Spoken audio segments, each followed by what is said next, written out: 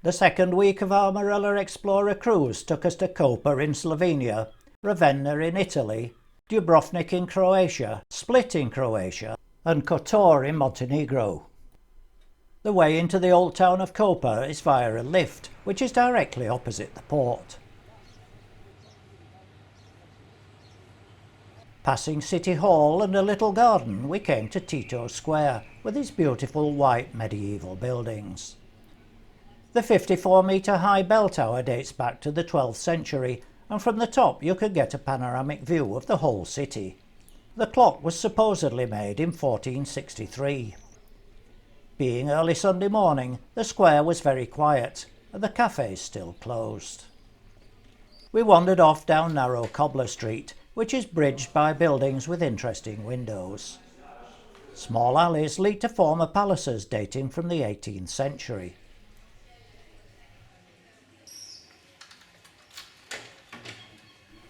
The Da Ponte fountain, erected in 1666, stands in Prezeren Square, previously the most important square on the edge of the old town. In one corner of the square stands St. Bassa's Church, built in the 16th century, on the site of the former 15th century town hospice. The Muda Gate is the only remaining city gate of the original 12 and was built in 1516 as the only land entrance to the city. A well stands alongside it. We returned to Tito Square through the back streets, admiring the houses with their decoratively painted walls. We came out at Brolo Square, where there's a small park. This leads back to the cathedral, where a service was being held.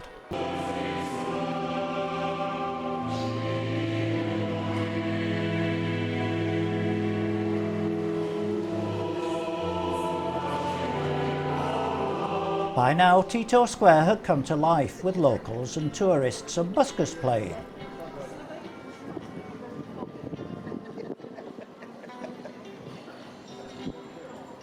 The cafe in the loggia was bustling. In a more modern part of town, children were cooling off in the water feature.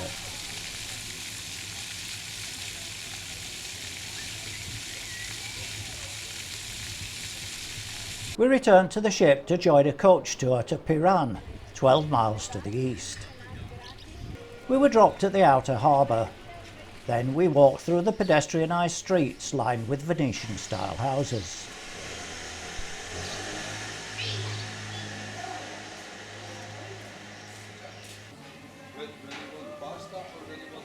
We came to Tartini Square, which is named after the violinist Giuseppe Tartini, who was born here and whose statue stands in front of the town hall.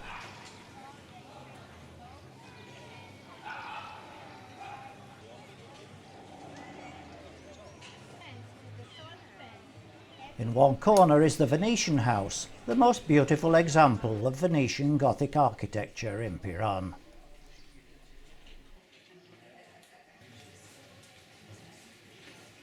The 1st of May Square is a pretty little square that used to be the heart of Piran until the Middle Ages. The entrance is flanked by 2 statues representing law and justice. Nearby in the Jewish quarter is an old olive press. This led back to Tartini Square, which is overlooked by a bell tower, similar to that at St. Mark's Cathedral in Venice. Then we went through the square and had a good look round the inner harbour.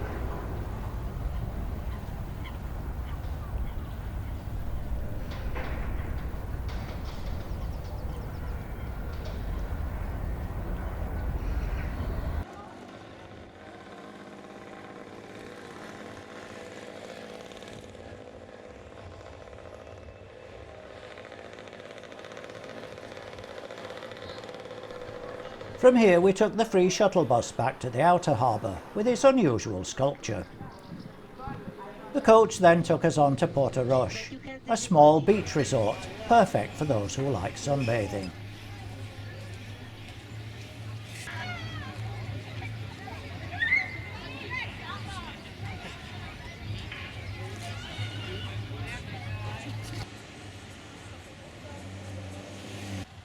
We stayed for an hour or so, then went back to Koper to board the ship to continue to Ravenna. No, this wasn't ours. We were moored directly opposite the container port. When we arrived in Corsini, the port for the Italian city of Ravenna, it was pouring with rain.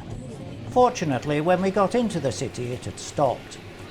We walked through the old town and first came to Garibaldi Square with a statue of the 19th century general in front of the Alighieri Theatre. Next we came to Piazza del Popolo, the most important square in Ravenna, which was formed in the second half of the 15th century during reconstruction of the city by the Venetians. There are two columns with statues of the Lions of St. Mark, symbols of Venice.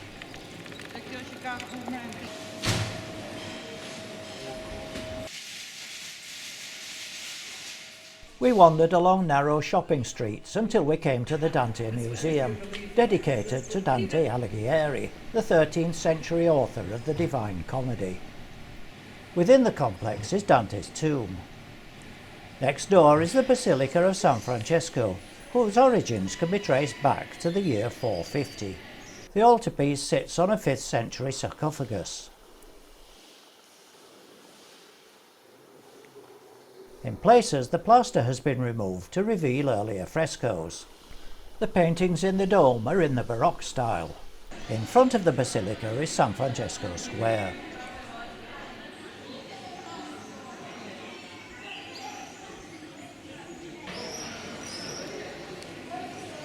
From here we approach the cathedral through a little park.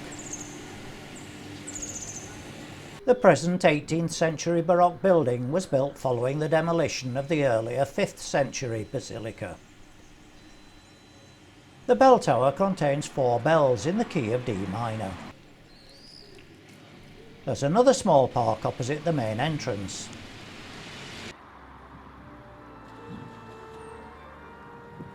Inside is an 18th century tapestry.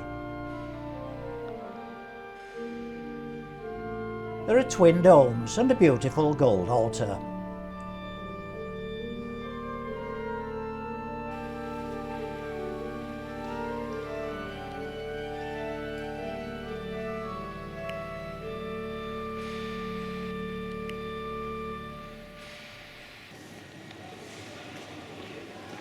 In Costa Square, which actually has a Costa coffee shop, is the covered market, which opened in its current form in 2020. Ravenna is most famous for its mosaics, which can be found in religious buildings throughout the city.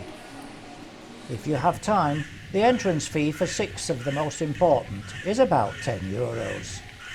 Back at the ship, the weather had cleared, and we could see the beaches of Corsini. We sailed past the harbour and the fishing huts, reminiscent of the Chinese fishing nets in India. Tonight's towel surprise was an elephant. Overnight we sailed to Dubrovnik in the Dalmatian region of Croatia. It's a very attractive approach through the islands and past coastal cruises.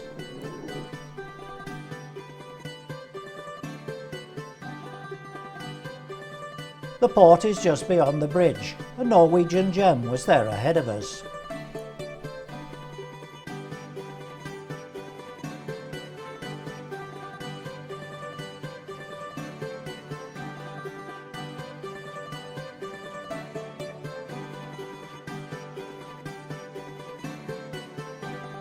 The local bus passes the port entrance, and it takes 40 minutes to go to the Pila Gate, the main entrance to the old walled city.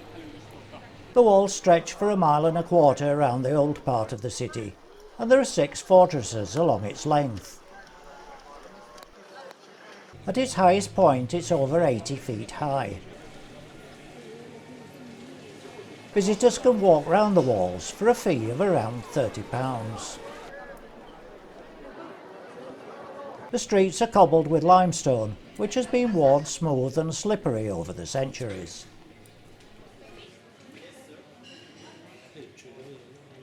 All the buildings are made of limestone too.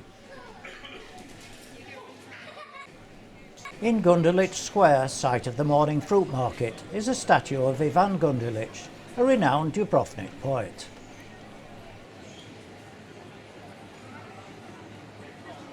Behind the statue you can see the dome of the cathedral. Sponza Palace in Lusa Square at the furthest end from the Peely Gate is one of the very few buildings to survive the devastating earthquake of 1667.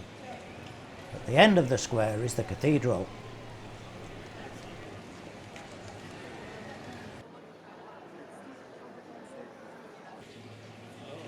Beyond the square is the inner harbour used by small boats and tenders from cruise ships which have to anchor in Dubrovnik.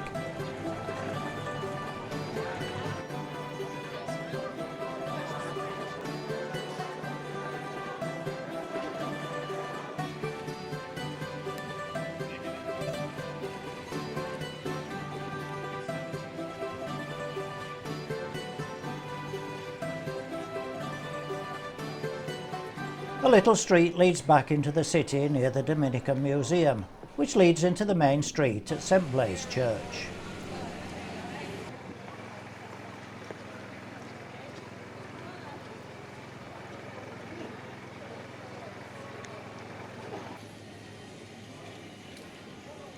Stray cats gather at the Church of the Holy Annunciation, where they're fed by locals.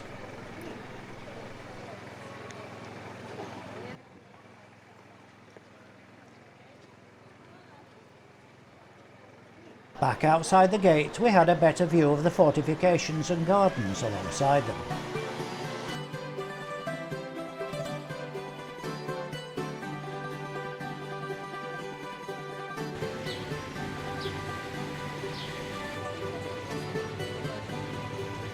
In places the walls rise directly from the sea.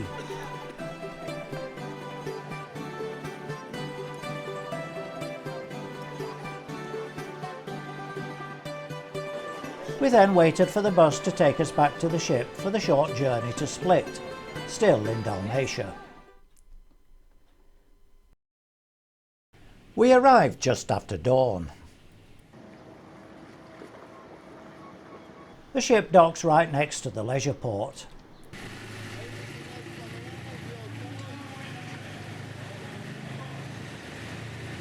From here it's just a short walk along the promenade, past the coastal cruisers to the old town.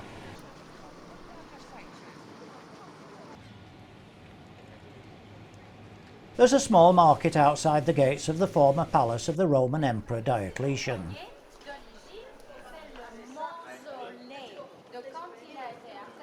As we entered the old peristyle or central square, we could hear the sound of singing. The square was where the emperor held audiences in the 3rd century. Here too is one of the sphinxes he had brought from Luxor. The singing was an a cappella group performing traditional songs.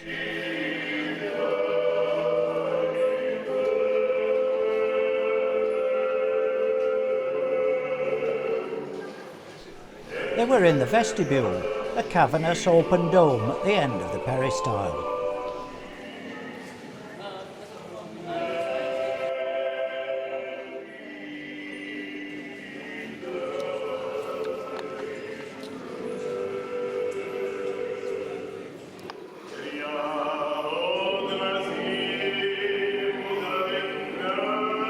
All the houses and shops in the old town are built inside the palace walls.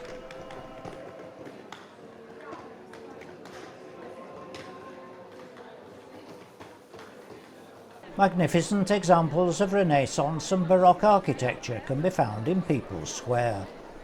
At one end of the town is the fish market.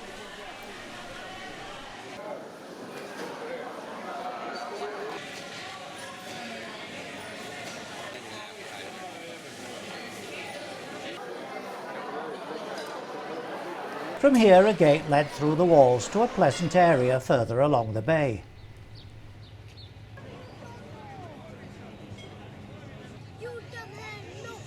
Behind this is the Venetian-style palace in Republic Square.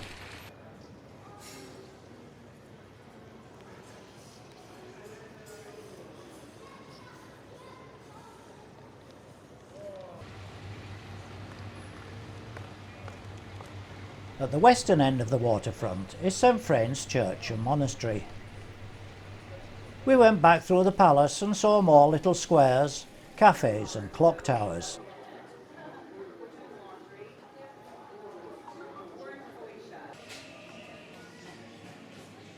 When we got back to the vestibule, an a cappella duo were singing.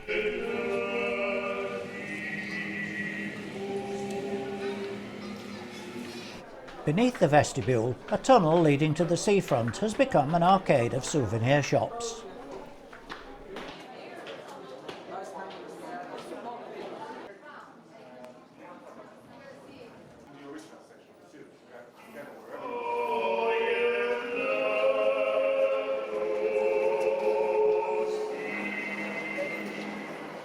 As the singers finished, we left the palace and went to look round the market, which sold souvenirs, clothing, food, hats and magnificent flowers.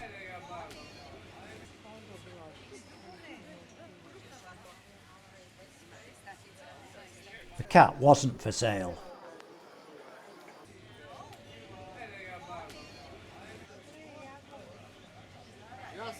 Then we reboarded, had one more look round the harbour and sailed for Kotor.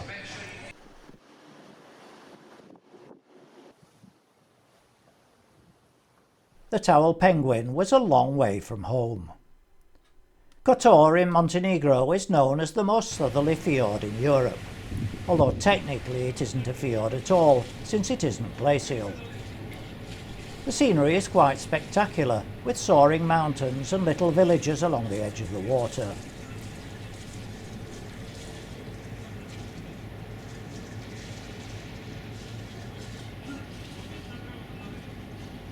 It's a tender port and quite a long transfer into town, though this gives a different aspect on the scenery, as well as a closer view, compared to being high up on the ship.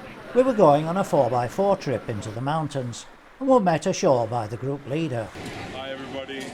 I'm really happy to see at least some part of the group. Let's. We set off in convoy through the town, then headed for the hills.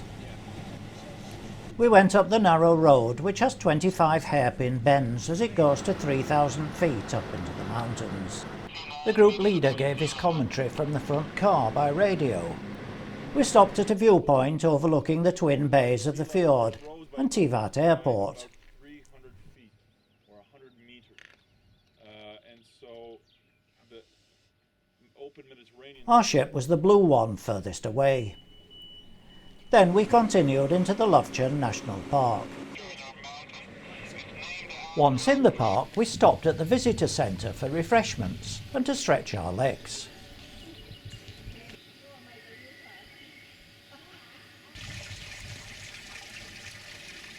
There were some lovely cloud formations, including this poodle. Then we went off-road into the forest.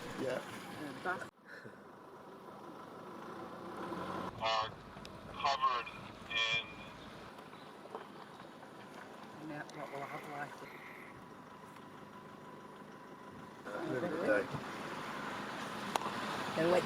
Coming out the other side, we passed isolated farms before starting our descent through the limestone mountains.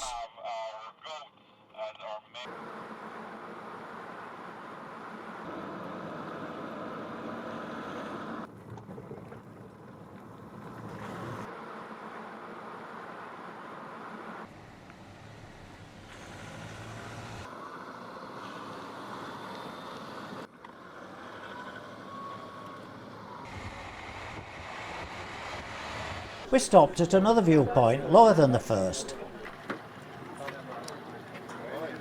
Then we went down the hairpin road and onto the main highway.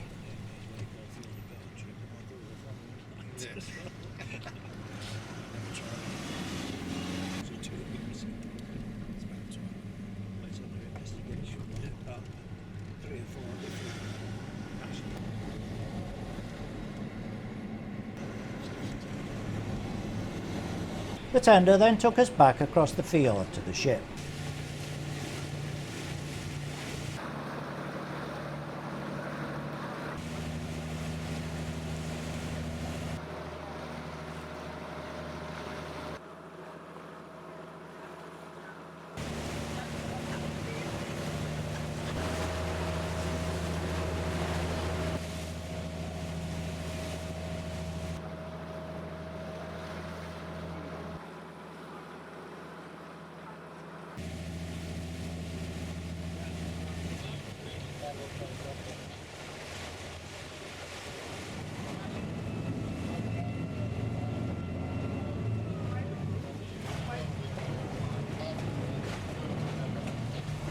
Once we'd climbed off, the tenders were hauled back aboard and we began the scenic trip back out of the fjord.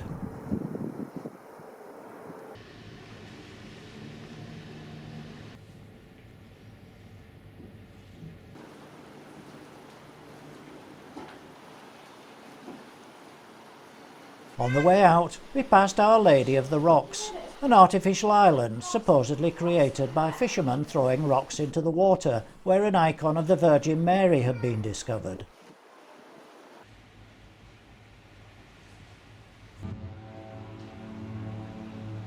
Then we sailed out of the bay and back down the coast to Corfu, where we arrived first thing the following morning and disembarked to fly home at the end of a superb holiday.